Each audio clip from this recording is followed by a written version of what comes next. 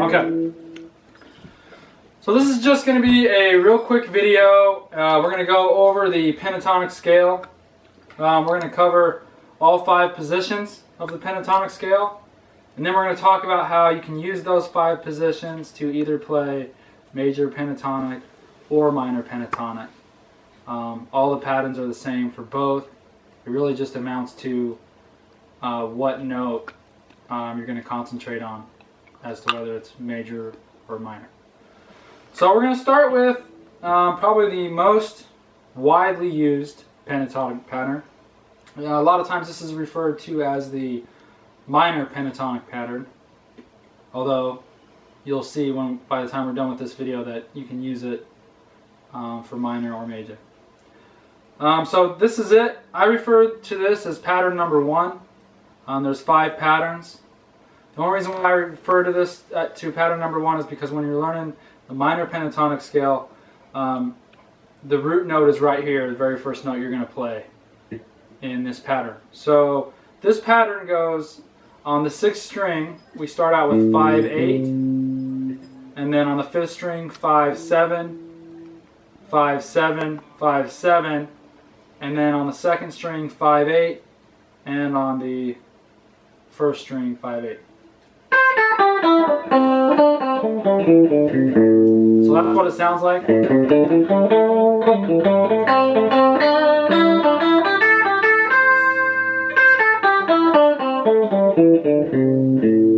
So run through that. You really want to get that committed to memory to where you don't have to really think about that too much.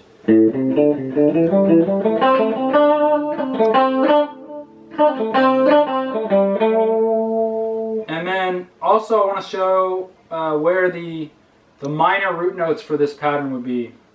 So this would be the A note. And since we're starting right there, this is going to be A minor pentatonic. So this is one of the A notes. This is one of the A notes. And of course, anything that happens on the top string is repeated on the bottom string. So right here at the 5th fret is also an A note. And those are important. If you are going to play in the A minor, you would focus on those notes, and they give you that A minor sound. So you could go right, start and stop on it, and stuff like that.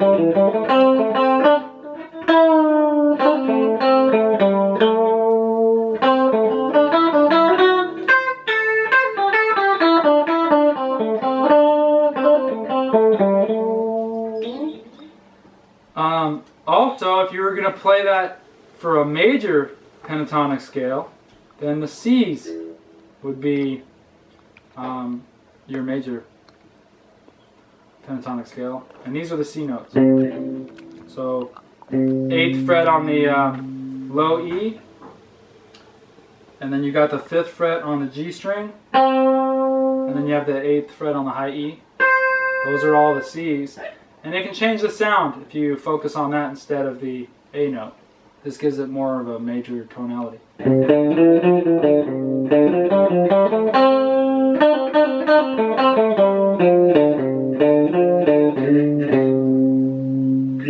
So that's position 1. I'm not going to go into the major part of the scale right now. I'm going to explain that at the end, but I want to get through all 5 of these patterns real quick. So that you can practice them all together. It's important so that you can move around the fretboard. So that's position 1. So position 2 is going to pick up where 1 stops. So 1 stops at the 8th fret on the top string, so that's where we're going to start out. We're going to start out on the C note right here. A lot of times this is referred to as the major pentatonic scale because we're starting on the C note, and it goes through the major pentatonic scale from there back down to the C note down here. But if you focus on the A minor, because A minor is the relative minor of the C major scale, they all use the same notes, you're just focusing on the A note, and that gives it the minor feel. Anyways, here's the pattern. We've got 8-10 on the low E, and we've got 7-10, 7-10, 7-9, 8-10 on the B string, and 8-10 on the E string. So that goes 7, 10, 7, 10, whoops.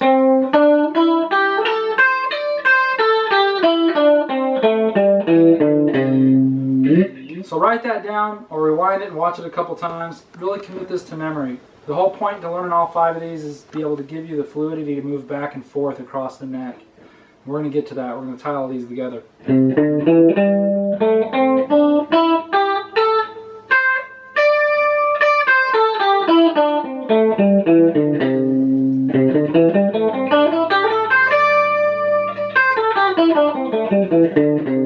Really commit that to memory, and then when you're practicing these, run through some speed building exercises and stuff like that to really get you to know them by heart.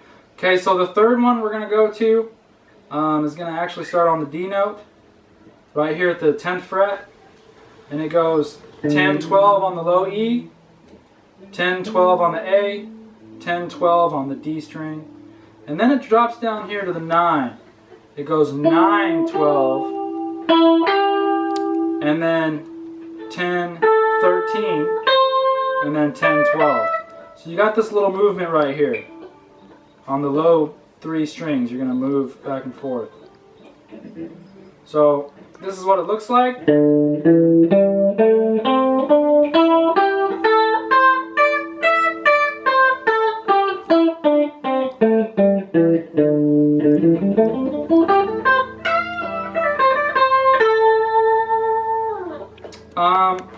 This is their A note right here. So when I end on that, it gives it that bluesy sound. The other A note for this position is right here on the A string. It's the A note right there. I forgot to show you the A notes for this second pattern here. They're right here. This is one of them. And then the other one's right here. So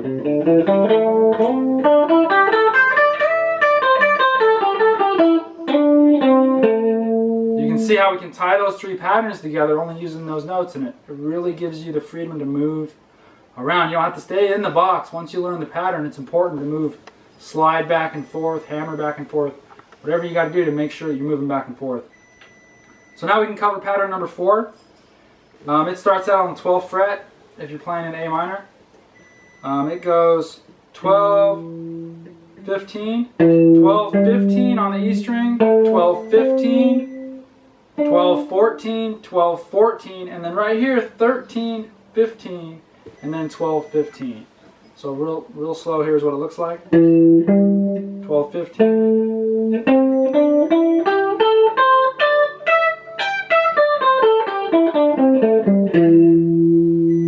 And the A notes on that one are going to be, let me see here, right there and right there. So we got the A note on the A string, 12th fret, and then we've also got it on the G string, 14th fret.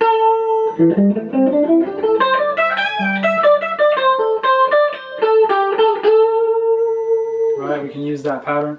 One last pattern that we got, it's going to start right here on the 15th. It goes 15, 17, 15, 17, 14, 17, 14, 17, 15, 17, 15, 17.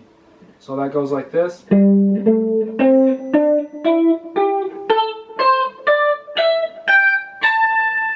after that, it loops around back to pattern 1. So pattern 1's right here. So right before that, we've got pattern 5. Whoops. So now that you know all 5 of those patterns, run through them and practice them, and then make sure you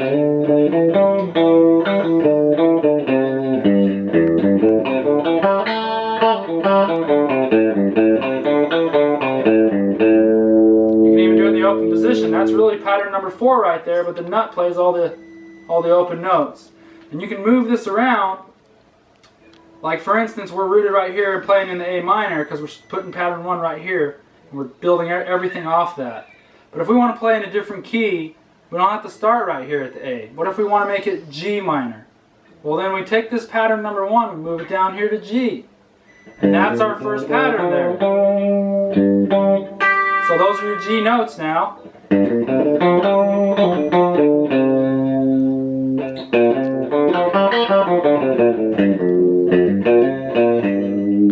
playing in the key of G, right?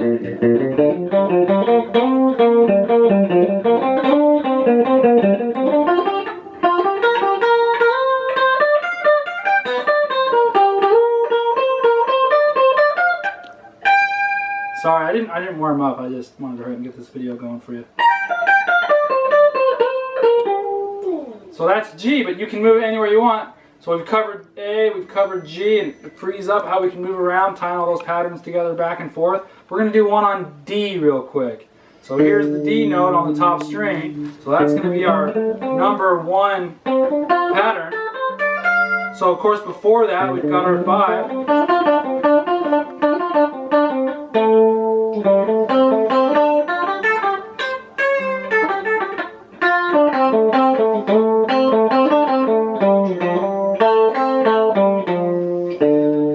We can tie it all together and we can move around. Now we're in the key of D. So that's how that works.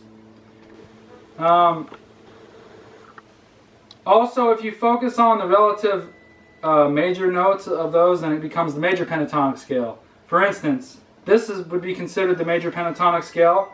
A would be the minor, so C would be the major.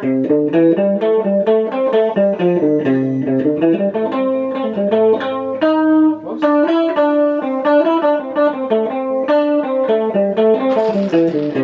But since that's the second pattern in the minor, but now you can move that over here and tie it together still, but you're focusing on the C notes instead of the A's to give it the major sound.